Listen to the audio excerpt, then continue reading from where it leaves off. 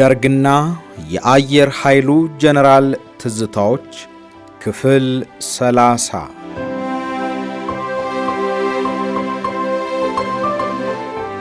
የአገር ቤት ስደት የመጨረሻ ዘመናት። በደርግ ባለስልጣናት ላይ በፌዴራሉ ከፍተኛ ፍርድ ቤት አንደኛ ወንጀል ችሎት ዕድሜ ልክ እስራት ከተፈረደባቸው በኋላ አቃቤ ሕግ ይግባኝ በማለቱ በበላይ ፍርድ ቤት የሞት ቅጣት እንደተወሰነባቸው ይታወሳል። በዚህ በተሰጠው የሞት ቅጣት ውሳኔ ላይ የተለያዩ አስተያየቶች ሲሰጡ ቆይተዋል። ክሱ አሸናፊው ኃይል ባቋቋመው ፍርድ ቤት መታየቱ ፍትሐዊነቱ ያጠራጥራል። በጅምላ የቀረበ ክስ እንጂ እያንዳንዱ የደርግ አባል ስለፈጸመው ወንጀል በግልጽ አልቀረበም። ወያኔስ ራሱ ተጠያቂ አይደለም ወይ? የፍርዱ ሂደት ፖለቲካዊ እንጂ ፍትህ ለመስጠት አልነበረም የሚሉና የመሳሰሉ አስተያየቶች ሲሰጡ ነበረ። የሞት ቅጣት ውሳኔ ከተላለፈ በኋላ ተግባራዊ የሚሆነው የሀገሪቱ ፕሬዝዳንት በፊርማው ሲያጸድቀው ነው የሚል አንቀጽ በሕጉ ላይ ስላለ ይህ ሳይደረግ ለብዙ ጊዜ ቆየ።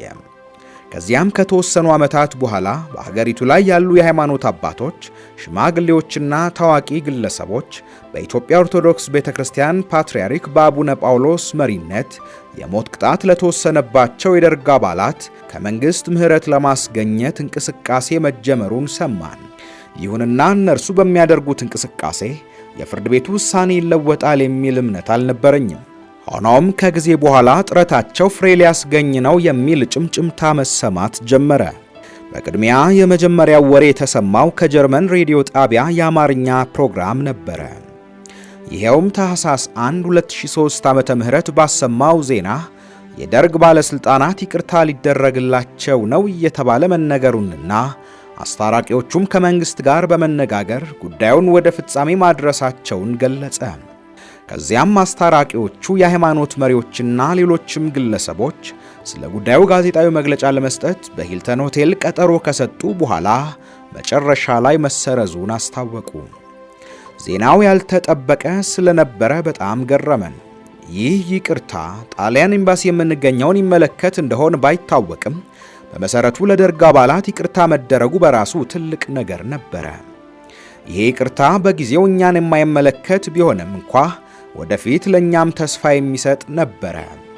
ታህሳስ 9 2003 ዓመተ ምህረት የሃይማኖት አባቶች ለጋዜጠኞች በሰጡት መግለጫ የደርግ ባለስልጣናት የ20 ዓመት የእስር ጊዜ የጨረሱ በመሆናቸው የእርቅና የሰላም ድርድር ከህዝብ ጋር ተደርጎ ከእስር እንዲለቀቁ ንግግር መጀመሩን አስታወቁ። ይህ ከህዝብ ጋር የሚደረገው የሰላም ድርድር ታህሳስ 16 ቀን እንደሚጀመርና ለዚህም እንዲያመች በየክልሉ ከህዝብ የተውጣጡ ተወካዮች የሚሰባሰቡ መሆኑ ተገለጸ። በዚህ መግለጫ ላይ ይሄ ጉዳይ የሚመለከታቸው በእስር ላይ የሚገኙትን የደርግ ባለስልጣናትን ብቻ መሆኑም ተብራራ። ይህ መግለጫ በሃይማኖት አባቶች ይሰጥ እንጂ እስካሁን ከመንግስት ምንም አይነት መግለጫ ካለመሰጠቱም ሌላ ከህዝብ ጋር ውይይት ይደረጋል የተባለው እንቅስቃሴም በተባለው ቀን አልተጀመረም። ለደርግ ባለስልጣናት ይቅርታ ሊደረግ ነው የሚለው ወሬ ከተናፈሰ በኋላ ከህዝብ የድጋፍም የተቃውሞ አስተያየቶችም ሲደመጡ ሰነበቱ። በአንድ የኤፍኤም ሬዲዮ ጣቢያ ላይ በተለይ ቀርበው አስተያየት የሰጡ ግለሰቦች ለደርግ አባላት በምንም አይነት ይቅርታ ሊደረግላቸው አይገባም በማለት በአጽንኦት ሲከራከሩ፣ አንድ ግለሰብ ብቻ ጥፋታቸውን አምነው ይቅርታ እስከጠየቁ ድረስ በሕጉ መሰረት ይቅርታ ሊደረግላቸው ይገባል በሚል ተከራክረዋል። በዚህ ይቅርታ አሰጣጥ ሁኔታ ላይ በርካታ አሉታዊና አወንታዊ አስተያየቶች ሲሰጡ ቢቆዩም ከመንግስት ምንም አይነት መግለጫ ሳይሰጥ ቆይቶ ግንቦት 24 2003 ዓመተ ምህረት የመንግስት ውሳኔ ተገለጸ። ይሄውም በ23 የደርግ ባለስልጣናት ላይ የተወሰነው የሞት ቅጣት ወደ ዕድሜ ልክ እስራት መለወጡን የኢፌዴሪ ፕሬዝዳንት አቶ ግርማ ወልደ ጊዮርጊስ ጉዳዩን የጀመሩት የሃይማኖት አባቶችና ሽማግሌዎች በተገኙበት አስታወቁ።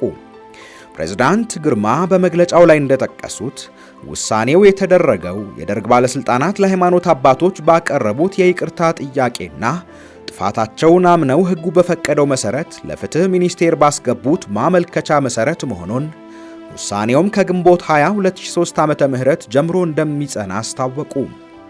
በሌላ በኩል ይሄ ውሳኔ የሚመለከተው በእስር ላይ የሚገኙ የደርግ ባለስልጣናትን እንደሆነና ሌሎችን እንደማይመለከት እዛው ላይ በመነገሩ የኔና የብርሃኑ ጉዳይ አነጋጋሪ ሆኗል።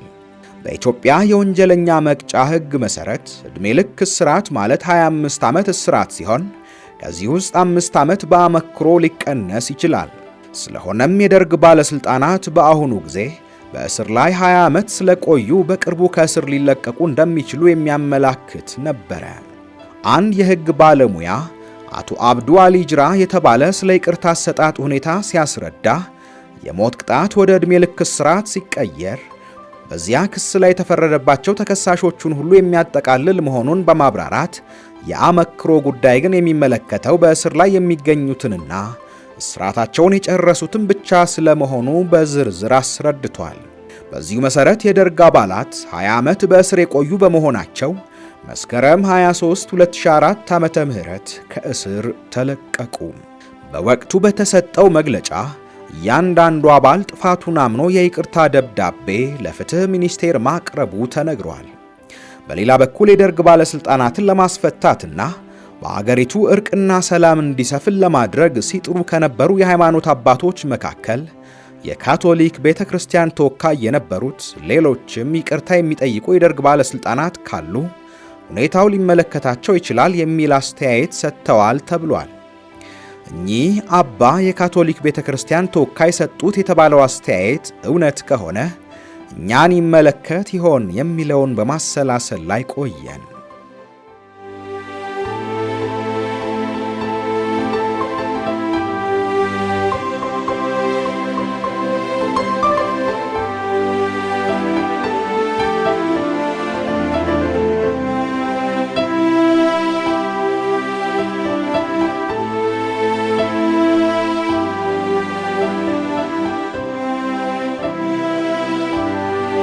በደርግ አባላት መፈታት የተከሰተው አዲስ ሁኔታ። የደርግ ባለሥልጣናት ከተፈቱ በኋላ እናንተ ስለምን ይቅርታ ትጠይቁም የሚሉ አስተያየቶች ከተለያዩ ሰዎች ይመጡ ጀመረ። አንዳንዶቹ እንደው መፈታት የሚገባቸው የደርግ ባለሥልጣናት ካሉ በግንባር ቀደምነት ከሚጠቀሱት መካከል እናንተ ዋነኞቹ ናችሁ በማለት አስተያየት ሲሰጡ ነበረ። ይሁንና የይቅርታ ጥያቄያችንን በማን በኩል እናቅርብ? ምን ብለን ማቅረብ እንችላለን? ተቀባይነትስ ይኖራል ወይ በሚል ጥርጣሬ አልገፋንበትም። ይህ በዚህ እንዳለ የቅርብ ጓደኛዬ ኮሎኔል አስፋው አየልኝ ለሌሎች የደርግ ባለሥልጣናት ይቅርታ ካስገኙ የሃይማኖት አባቶች መካከል ለመሪው ለኢትዮጵያ ኦርቶዶክስ ተዋሕዶ ቤተክርስቲያን ፓትርያርክ ለአቡነ ጳውሎስ ጉዳያችንን ለማቅረብ የሚችል ሰው ስለማውቅ በፓትርያርኩ በኩል ምሕረት ለማስገኘት እንሞክር የሚል መልእክት ላከብኝ። ከዚህ ሌላ ስለሚላከው ደብዳቤ አይነት መነሻ የሚሆን ከአንድ የሕግ ባለሙያ ጋር በመነጋገር አንድ ረቂቅ ላከ። እኔና ብርሃኑም በሁኔታው ላይ ከተነጋገርንና የተላከውንም ረቂቅ ከተመለከትን በኋላ እያንዳንዳችን ስለ ሁኔታው በመግለጽ ይቅርታ እንዲያስገኙልን ለፓትርያርኩ ደብዳቤ ላክን።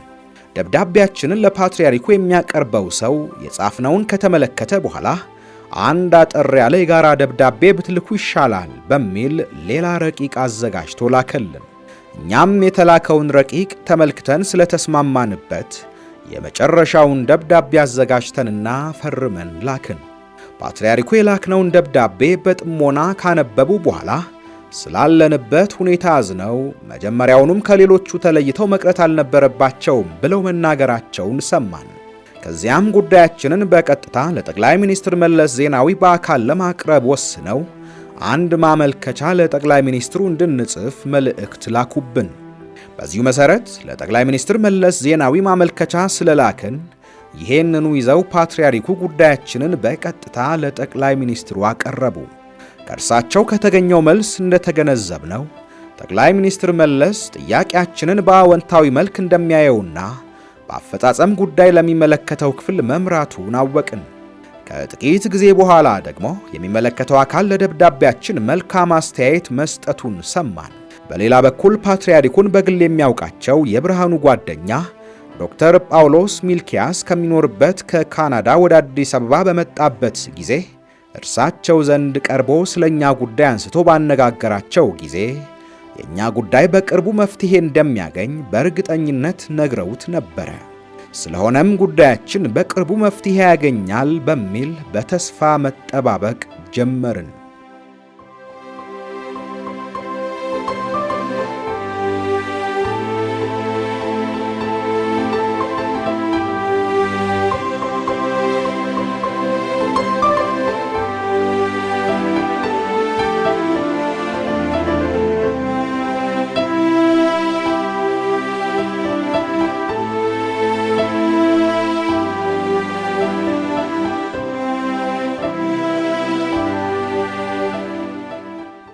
የጠቅላይ ሚኒስትር መለስ ዜናዊና የፓትርያርክ አቡነ ጳውሎስ ድንገተኛ ህልፈት።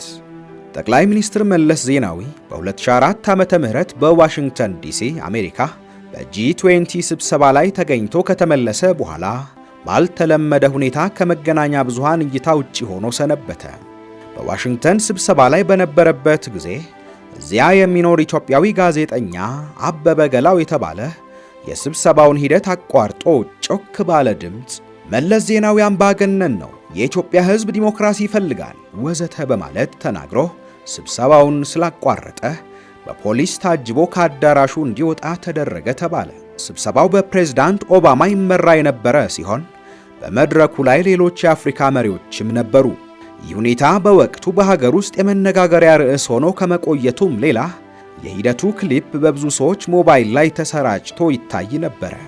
የዚህ ሁኔታ መፈጠርና የጠቅላይ ሚኒስትር መለስ ዜናዊ ከመገናኛ ብዙሃን ርቆ መቆየት ተዳምሮ ጉዳዩ በሕዝብ ዘንድ አነጋጋሪ ሆኖ ሰነበተ።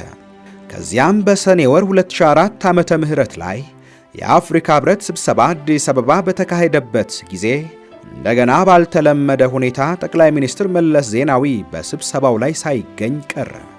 በዚህ ስብሰባ ላይ የተገኙት የሴኔጋሉ መሪ በጠቅላይ ሚኒስትር መለስ ዜናዊ መታመም ማዘናቸውንና በቅርቡ ሕመሙ ተሽሎት ወደ ሥራው እንደሚመለስ ያላቸውን ተስፋ ገለጹ። በዚህ አይነት ሁኔታ ለመጀመሪያ ጊዜ የጠቅላይ ሚኒስትር መለስ መታመም በውጭ ሰው ተነግሮ ሕዝብ ለማወቅ ቻለ። በመሆኑም የጠቅላይ ሚኒስትር መለስ ዜናዊ መታመም እንዴት በውጭ ሰው ይነገራል በሚል በሀገር ውስጥና በውጭ ሀገር በሚኖሩ ኢትዮጵያውያን ዘንድ የመነጋገሪያ ርዕስ ሆኖ ከረመ። በመጨረሻም የኮሚኒኬሽን ሚኒስትሩ አቶ በረከት ስምዖን ለጋዜጠኞች በሰጠው መግለጫ ጠቅላይ ሚኒስትር መለስ በሕመም ላይ እንደሚገኝ፣ ሕመሙ ከባድ እንዳልሆነና በቅርቡ ወደ ሥራው እንደሚመለስ ተናገረ። ይሄ መግለጫ ቢሰጥም ስለ ጠቅላይ ሚኒስትር መለስ የሕመም አይነት፣ የት ሕክምና እያገኘ እንደሆነና ለሌሎች ዝርዝር ጥያቄዎች መልስ አልሰጠም። ይሁንና በአሉባልታና በወሬ ደረጃ ቤልጅየም በሕክምና ላይ እንደሚገኝና በሽታውም ከባድ እንደሆነ መወራት ሲጀምር በረከት እንደገና ወጥቶ ጠቅላይ ሚኒስትር መለስ በደህና ሁኔታ እንደሚገኝና በአዲሱ ዓመት ወደ ሥራ እንደሚመለስ ተናገረ። ነሐሴ 9 2004 ዓመተ ምህረት ባልተጠበቀ ሁኔታ የኢትዮጵያ ኦርቶዶክስ ቤተክርስቲያን ፓትርያርክ አቡነ ጳውሎስ ከዚህ ዓለም በሞት መለየታቸው በመገናኛ ብዙሃን ተነገረ። ፓትርያርኩ የስኳር በሽታ እንደነበረባቸው የሚታወቅ ሲሆን በወቅቱ ነሐሴ 1 ቀን በተጀመረው የፍልሰታ ጾም በየቀኑ ቤተክርስቲያን እየተገኙ ያስቀድሱ እንደነበረ ታውቋል። ይሁንና አቡነ ጳውሎስ ማክሰኞ ነሐሴ 8 2004 ዓመተ ምህረት በድንገት ሆስፒታል ገብተው ሕክምና በመከታተል ላይ እንዳሉ ማረፋቸው ተነገረ። አቡነ ጳውሎስ ከመሞታቸው ከጥቂት ሳምንታት በፊት ሃያኛውን በዓለ ሲመታቸውን በሸራተን ሆቴል ባከበሩበት ዕለት የመንግሥት ባለሥልጣናት፣ የሃይማኖት መሪዎችና ጥሪ የተደረገላቸው እንግዶች በተገኙበት ስለ ፓትርያርኩ በጎ ሥራዎችና የሰላም ጥረቶች ሲነገር በቴሌቪዥን ተመልክተን ነበረ። በዚህ ግብዣ ላይ በቅርቡ በሃይማኖት አባቶችና በሽማግሌዎች ጥረት ከእስር የተፈቱት የደርግ ባለሥልጣናት ተገኝተው ለአቡነ ጳውሎስ ልዩ ስጦታ እንዳበረከቱም ሰምተናል። ፓትርያርኩ ለእኛም ምሕረት ለማስገኘት ጉዳያችንን በቅርብ በመከታተል ላይ እንዳሉ ከዚህ ዓለም በሞት መለየታቸውና የጠቅላይ ሚኒስትር መለስም መታመም የእኛን ሁኔታ አስቸጋሪ ሳያደርገው እንደማይቀር በጊዜው ተሰምቶን ነበረ። የፓትርያርኩ ቀብር ነሐሴ 17 2004 ዓመተ ምህረት በቅድስት ሥላሴ ካቴድራል እንደሚከናወን የተገለጸ ሲሆን አቡነ ጳውሎስን የሚተካ ፓትርያርክ እስኪመረጥ ድረስ ቤተ ክርስቲያኒቱን እንዲመሩ የአርሲው ሊቀ ጳጳስ አቡነ ናትናኤል ከሌሎች 7 ጳጳሳት ጋር መመረጣቸውን ሲኖዶሱ አስታወቀ። የአቡነ ጳውሎስ ድንገተኛ ሞት እያነጋገረ ባለበት ሁኔታ ሌላ አስደንጋጭ ዜና ነሐሴ 15 2004 ዓመተ ምህረት ተሰማ። ይሄውም በዚህ ዕለት ጠዋት የጠቅላይ ሚኒስትር መለስ ዜናዊ ህልፈተ ሕይወት ተነገረ። ጠቅላይ ሚኒስትር መለስ ዜናዊ ላለፉት 2 ወራት በህመም ላይ መኖሩ የታወቀ ቢሆንም ከመንግስት በሚሰጠው መግለጫ ከህመሙ እያገገመ እንደሆነና ረፍት ወስዶ በመስከረም ወር መጀመሪያ ላይ ወደ ስራው ይመለሳል ስለተባለ ድንገት በ57 ዓመቱ ከዚህ ዓለም በሞት ተለየ ተብሎ ሲነገር ዜናው አስደንጋጭ ነበረ። ከዚያም በዚያን ዕለት ማታ ወደ 4 ሰዓት ገደማ አስክሬኑ ሕክምና ይከታተል ከነበረበት ከቤልጂየም አዲስ አበባ ገባ። አስክሬኑን የያዘው የኢትዮጵያ አየር መንገድ አውሮፕላን ቦሌ አውሮፕላን ማረፊያ ሲደርስ የክብር ዘብ ተሰልፎ የተቀበለ ሲሆን በስፍራው የነበሩት የኢህአዴግ አመራር አባላት፣ ከፍተኛ የመንግስት ባለስልጣናትና ሌሎችም በርካታ ሰዎች በእንባ እየተራጩ ተቀበሉት። ከዚያም አስክሬኑ መኖሪያ ቤቱ ወደ ሆነው ወደ ታላቁ ቤተ መንግስት ሲወሰድ አስቀድሞ የተዘጋጀ በሚመስል ሰልፍ በርካታ ህዝብ በየጎዳናው ላይ ተሰልፎ ሻማ እያበራ በለቅሶ ተቀበለው። ዜናው በቀጥታ በቴሌቪዥን ይተላለፍ ስለነበረ ሁኔታውን መከታተል ችለናል። የጠቅላይ ሚኒስትር መለስ ድንገተኛ ሞት በደጋፊዎቹ ዘንድ ብዙውን ሰው ያሳዘነ ሲሆን በሰሞኑ ሁሉ የዓለም ዜና ሆኖ ሰነበተ። በሀገር ውስጥ በተለይ የአዲስ አበባ ነዋሪዎች በየቀኑ ወደ ታላቁ ቤተ መንግሥት በሰልፍ እየገቡ ሐዘናቸውን በለቅሶ ሲገልጹ በቴሌቪዥን ተመልክተናል። ይህ ሥርዓት በየክፍለ ሀገሩም የተካሄደ ሲሆን ሁኔታው ለብዙ ቀናት ስለቀጠለ የሐዘን አገላለጹ በእውነተኛ ስሜት የተከናወነ ነው ወይስ በካድሬዎች ግፊት የተደረገ ነው የሚል ጥያቄ ማስነስቶ ነበረ። ጠቅላይ ሚኒስትር መለስ ዜናዊ ስልጣን ላይ በቆየበት ጊዜ ደጋፊም ተቃዋሚም ያፈራ ሰው ነበረ። በተለይ በሀገር ውስጥ በሚያራምደው ፖለቲካ በሕገ መንግሥቱ የተፈቀደውን የመጻፍ፣ የመናገር፣ ሰላማዊ ሰልፍ የማድረግ፣ በነጻ የመደራጀት ሰብአዊ መብቶችንና የተቃዋሚ ፓርቲዎችን እንቅስቃሴ በመገደቡ ከፍተኛ ተቃውሞ ነበረበት። በሌላ በኩል ባለፉት 7 ዓመታት በተለይም ከ1997 ዓመተ ምህረት ምርጫ በኋላ በሀገሪቱ በታየው የኢኮኖሚ እድገት ብዙ ደጋፊዎች አፍርቷል።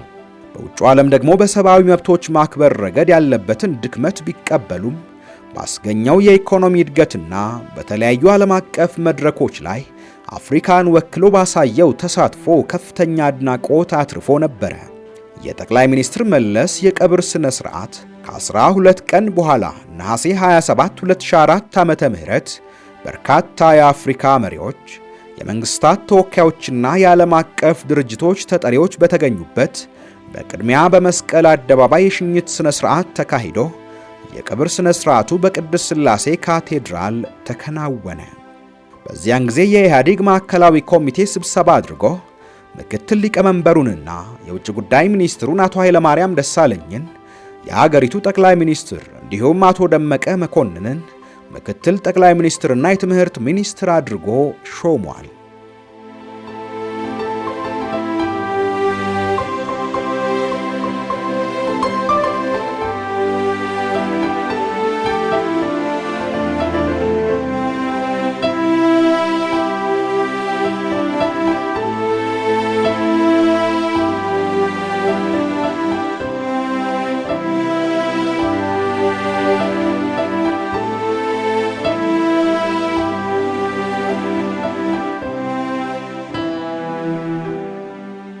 በጠቅላይ ሚኒስትር መለስና በፓትርያርክ አቡነ ጳውሎስ የተያዘው የኛ ጉዳይ በእንጥልጥል ላይ ቆመ።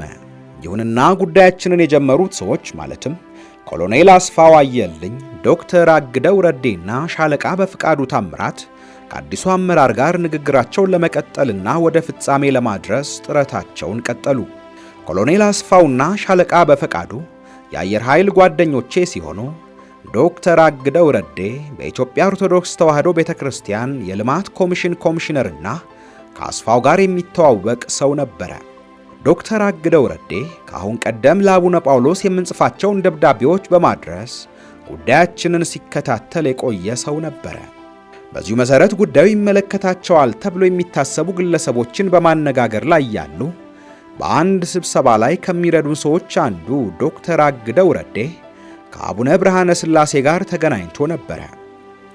አቡነ ብርሃነ ሥላሴ በኢትዮጵያ የካቶሊክ ቤተክርስቲያን መሪ ሲሆኑ በአገር አቀፍ ደረጃ በተቋቋመው የሃይማኖት አባቶችና የሀገር ሽማግሌዎች አስታራቂ ኮሚቴ ውስጥ ምክትል ሰብሳቢ ነበሩ። በዚያን ጊዜ አቡነ ብርሃነ ሥላሴ ከሮማው ካቶሊክ ጳጳስ ፍራንሲስ ካርዲናል ማዕረግ ተሰጥቷቸው የምስራቅ አፍሪካ ካቶሊክ ቤተክርስቲያን በመምራት ላይ ይገኙ ነበር። ዶክተር አግደው ረዴ ከካርዲናል ብርሃነ ሥላሴ ጋር በተገናኘበት ጊዜ የእኛን ጉዳይ በማንሳትና የደረሰበትን ደረጃ በማስረዳት በወቅቱ ለገጠመው ችግር መፍትሄ እንዲሹለት ለካርዲናል ብርሃነ ሥላሴ ጠይቋቸው እንደነበረ ሰማን። ካርዲናል ብርሃነ ሥላሴም ጉዳዩን ዳር ለማድረስ በልበ ሙሉነት እንደሚሰሩ ገልጸው ደብዳቤ ከኛ እንዲደርሳቸው ጠየቁ። በዚሁ መሰረት ከአሁን በፊት እንዳደረግነው ሁሉ ስላለንበት ችግር የሚያስረዳና እስካሁንም የተደረገውን ጥረት የሚገልጽ ደብዳቤ ለጠቅላይ ሚኒስትር ኃይለማርያም ደሳለኝና ለሃይማኖት አባቶች ማለትም ለኢትዮጵያ ኦርቶዶክስ ተዋሕዶ ቤተክርስቲያን አቡነ ማትያስ፣ ለካርዲናል ብርሃነ ሥላሴ፣ ለወንጌላዊት ቤተክርስቲያን መሪ፣ ለእስልምና ሃይማኖት መሪ ላክን። ካርዲናል ብርሃነ ሥላሴም የጻፍነውን ደብዳቤ አንብበውት ያለንበት ሁኔታ በጣም እንዳሳዘናቸውና ጉዳያችንን ለጠቅላይ ሚኒስትሩ አቅርበው ለማስፈጸም ያልተቆጠበ ጥረት እንደሚያደርጉ መናገራቸውን ሰማን። ከዚህ ሌላ የጣሊያንን አምባሳደር ስለሚያውቁት ስለኛ ሁኔታ እንደሚያነጋግሩትና እኛንም በአካል አግኝተው ለማነጋገር እንደሚፈልጉ ገልጸው ነበር። በወቅቱ የነበረው አምባሳደር ጁሴፔ ማስትሬቲ እስካሁን ከነበሩ አምባሳደሮች ሁሉ ለየት ባለ ሁኔታ እኛን ከማነጋገሩም በላይ ጉዳያችን ፖለቲካዊ መፍትሄ እንዲያገኝ የተለየ ጥረት ሲያደርግ ተመልክተናል። ይሄውም በግሉ የሚያገኛቸውን የኢትዮጵያ ባለስልጣናት ከሰብአዊነት አስተሳሰብ በመነሳት ለጉዳያችን ፖለቲካዊ መፍትሄ እንዲሰጡት በየጊዜው ከማንሳቱም በላይ የጣሊያን መንግስት ባለስልጣናት ወደ ኢትዮጵያ በመጡ ቁጥር የእኛን ጉዳይ እንዲነሳ ጥረት እንደሚያደርግ እንሰማ ነበረ። ካርዲናል ብርሃነ ሥላሴ በገቡት ቃል መሰረት ከአምባሳደር ማስትሬቲ ጋር ተገናኝተው ከረዳታቸው ከአባ ሀጎዝ እና ከወንጌላዊት ቤተክርስቲያን መሪ ከዶክተር ዋክስዩም ጋር መጥተው አነጋገሩን። ካርዲናል ብርሃነ ሥላሴ እንደገለጹት ከአምባሳደር ማስትሬታ ጋር በነበራቸው ቆይታ ስለኛ ሁኔታ ጥሩ አመለካከት እንደነበረውና ለጉዳያችን መፍትሄ እንዲገኝለት የበኩሉን ጥረት እንደሚያደርግ ነግረውናል። የሃይማኖት መሪዎቹ ከኛ ጋር በነበራቸው ቆይታ ስለ ሁኔታችን የበለጠ መገንዘባቸውንና ጉዳያችን መፍትሄ እንዲያገኝ ጥረት እንደሚያደርጉ ገልጸውልናል። የሆነ ሆኖ እስከዚያን ጊዜ ድረስ ለጉዳያችን መፍትሄ ያልተገኘለትም ነበረ። በወቅቱ የነበረው አምባሳደር ጁሴፔ ማስትሬቲ እስካሁን ከነበሩ አምባሳደሮች ሁሉ ለየት ባለ ሁኔታ እኛን ከማነጋገሩም በላይ በግሉ የሚያገኛቸውን የኢትዮጵያ ባለስልጣናት ከሰብአዊነት አስተሳሰብ በመነሳት ለጉዳያችን መፍትሄ እንዲሰጡ ይወተውት ነበረ። ካነጋገራቸው ባለስልጣናት መካከል በወቅቱ የመገናኛ ሚኒስትር የነበረው ዶክተር ደብረጽዮን ይገኝበታል። ዶክተር ደብረጽዮን እነሱ ምን ያህል በእስር ቤት ለመቆየት ዝግጁ ናቸው፣ በዚህ ላይ እንደራደር ብሎ ማለቱን አንደኛ ጸሐፊው መጥቶ ነግሮን ነበረ። ይሁንና እኛ እስር ቤት ለመግባት ዝግጁ እንዳልሆንን ለአንደኛ ጸሐፊው ገልጸን ጉዳዩ በዚሁ ተዘጋ። በሌላ በኩል አምባሳደሩ የጣሊያን መንግስት ባለስልጣናት ወደ ኢትዮጵያ በመጡ ቁጥር የኛ ጉዳይ እንዲነሳ ጥረት እንደሚያደርግ እንሰማለን።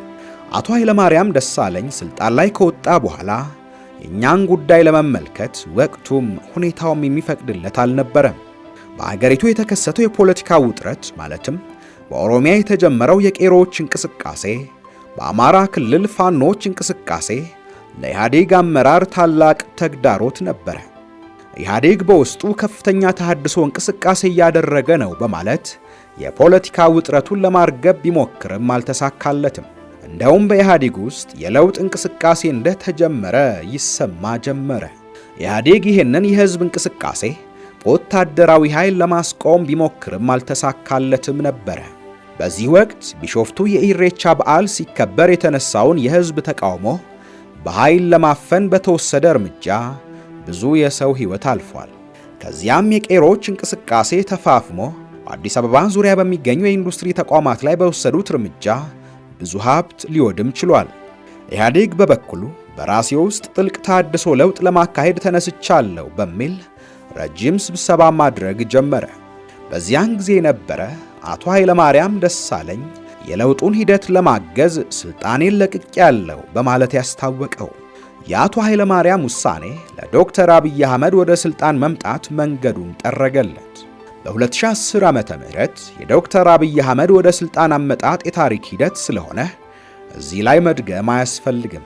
የዶክተር አብይ አህመድ ወደ ስልጣን መምጣት ለኛ መፈታት በር የከፈተ ክስተት ነበረ።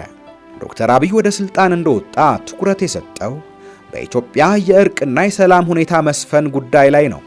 ለመጀመሪያ ጊዜ ስለኛ ጉዳይ በህዝባዊ ስብሰባ ላይ የተነሳው በዶክተር አብይ አህመድ ሰብሳቢነት ጎንደር ላይ በተካሄደ ስብሰባ ነበረ። ይሄውም እስከ መቼ ድረስ ነው ጣሊያን ኤምባሲ የሚገኙ የደርግ ባለስልጣናት ታግተው የሚቆዩት በሚል በአንድ ተሰብሳቢ በተነሳ ጥያቄ ነበረ።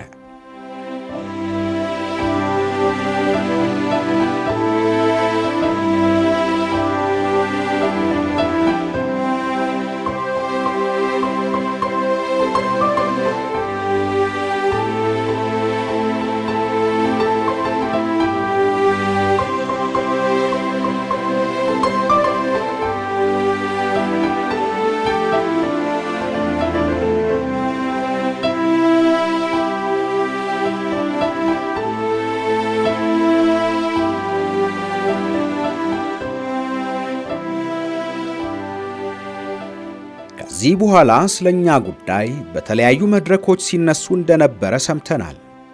በአንድ ወቅት ዶክተር አብይ ከውጭ ጉዞ ተመልሶ በሚሊኒየም አዳራሽ ወጣቶችን ሲያነጋግር ጣሊያን ኤምባሲ የሚገኙ የቀድሞ ባለስልጣናት መለቀቅ አለባቸው ብሎ ሲናገር ወጣቶቹ አዎንታቸውን የገለጹት በደመቀ ጭብጨባ ነበረ። መንግስት ለ6 ወራት የሚቆይ የምህረት አዋጅ በማወጅ በአገር ውስጥና በውጭ ለሚገኙ ተከሳሾች እድል በሰጠበትና በምህረት እንዲጠቀሙ ባስታወቀበት ጊዜ ለአቃቤ ሕጉ ደብዳቤ አስገብተን ነበረ። ሆኖም አቃቤ ሕጉ አቶ ብርሃኑ ጸጋዬ አዋጁ በዘር ማጥፋት ለተከሰሱ ሰዎች አይሰራም በሚል ደብዳቤያችንን ውድቅ አደረገው። ሆኖም ብዙ ሰዎች የኛን ጉዳይ በማንሳት ምህረት ሊደረግላቸው ይገባል በሚል በተለያዩ ሚዲያዎች አስተያየታቸውን ሰጡ።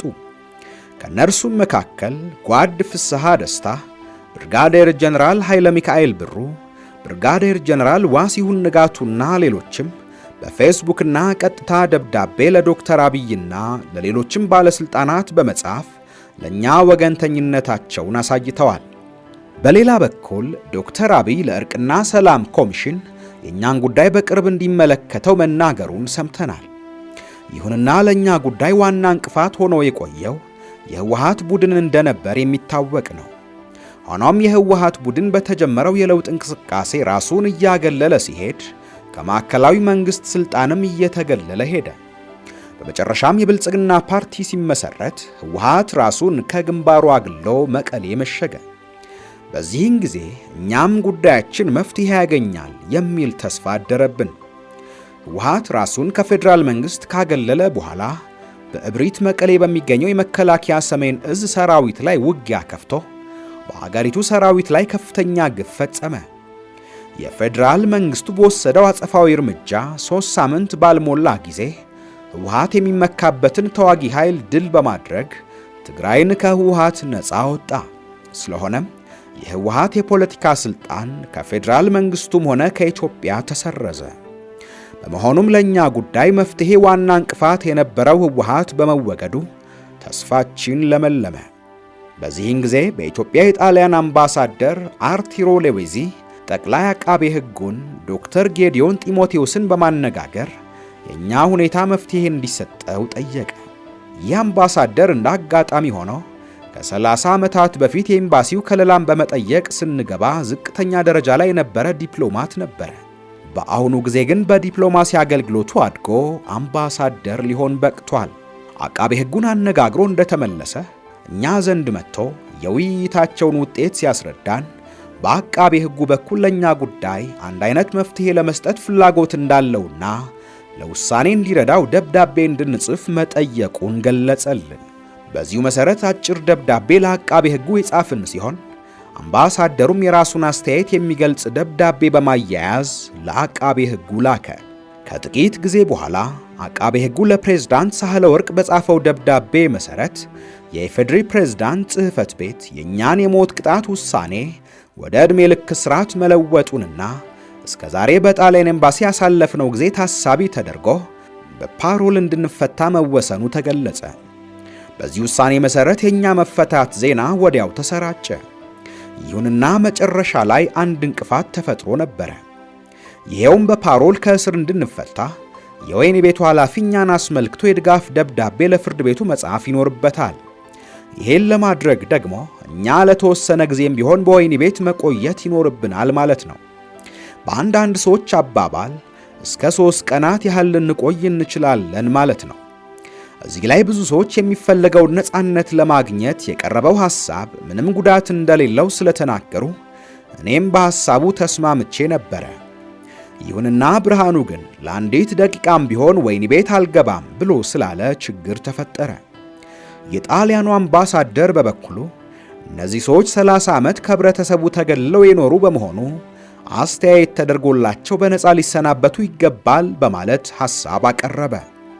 በከፍተኛው ፍርድ ቤት የእኛን ጉዳይ ለመመልከት የተሰየሙ 3 ዳኞች ባደረጉት ክርክር 2ቱ በነፃ ይለቀቁ ብለው ሲወስኑ፣ አንደኛው ግን በሕግ የተቀመጠው የፓሮል ሥነ ሥርዓት የወህኒ ቤቱ ኃላፊ ነው በእጁ ላይ ለሚገኙ ታሳሪዎች ደብዳቤ መጻፍ የሚችለው በማለት እስር ቤት ሳይገቡ የፓሮል መብት ያገኙ የሚለውን ሐሳብ አልደግፍም አለ። የሆነ ሆኖ በድምፅ ብልጫ በነፃ እንድንለቀቅ ተደረገ። በዚህ መሠረት ታኅሳስ 26 2013 ዓመተ ምህረት ከ30 ዓመታት ቆይታ በኋላ ነፃነታችንን አገኘን። የእኛ ነፃነት ማግኘት ከወያኔ መወገድ ጋር በመያያዙ ከፍተኛ የሕዝብ ድጋፍ አግኝተናል።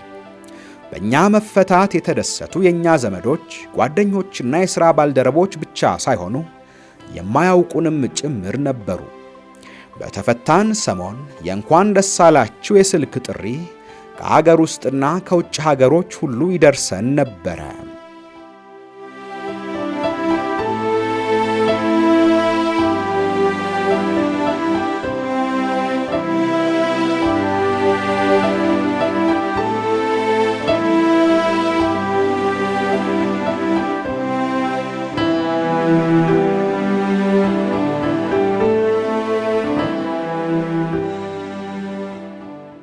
ውድ የኢትዮ ሜዳ ቤተሰቦች በሌተናል ጀነራል አዲስ ተድላ ከተጻፈው በገጠመኞች የታጀበ የሕይወት ጉዞ መጽሐፍ ላይ የመረጥንላችሁ የምርጥ ገጾች ዝግጅታችን በዚህ አብቅቷል። ውድ ቤተሰቦቻችን ቻናላችንን ሰብስክራይብ፣ ላይክ፣ ሼር እንድታደርጉ ሐሳብ አስተያየቶቻችሁን እንድታጋሩን የቻናላችን ቤተሰብ ወይም ሜምበር በመሆን ዝግጅቶቻችንን እንድትደግፉ በአክብሮት እንጠይቃለን። በቀጣይ በሌላ ዝግጅት እንገናኛለን።